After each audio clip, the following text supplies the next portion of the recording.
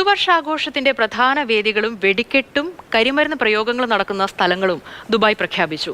36 കേന്ദ്രങ്ങളിലായാണ് വെടിക്കെട്ട് അരങ്ങേറുക.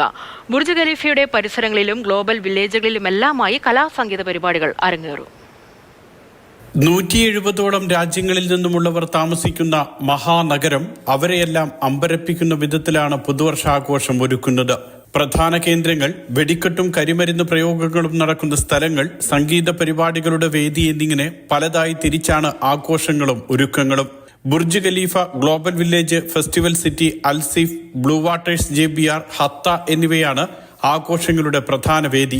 ഇവിടെയെല്ലാം വെടിക്കെട്ടും കരിമരുന്ന് പ്രയോഗങ്ങളും സംഗീത നിശയുമുണ്ടാകും. ഗ്ലോബൽ വില്ലേജിൽ രാത്രി 8 മണി മുതൽ പുലർച്ചെ 1 മണി വരെ വിവിധ രാജ്യങ്ങളിലെ പുതുവർഷപ്പിറവിക്കനുസരിച്ചുള്ള ആഘോഷങ്ങളും വെടിക്കെട്ടും അരങ്ങേറും.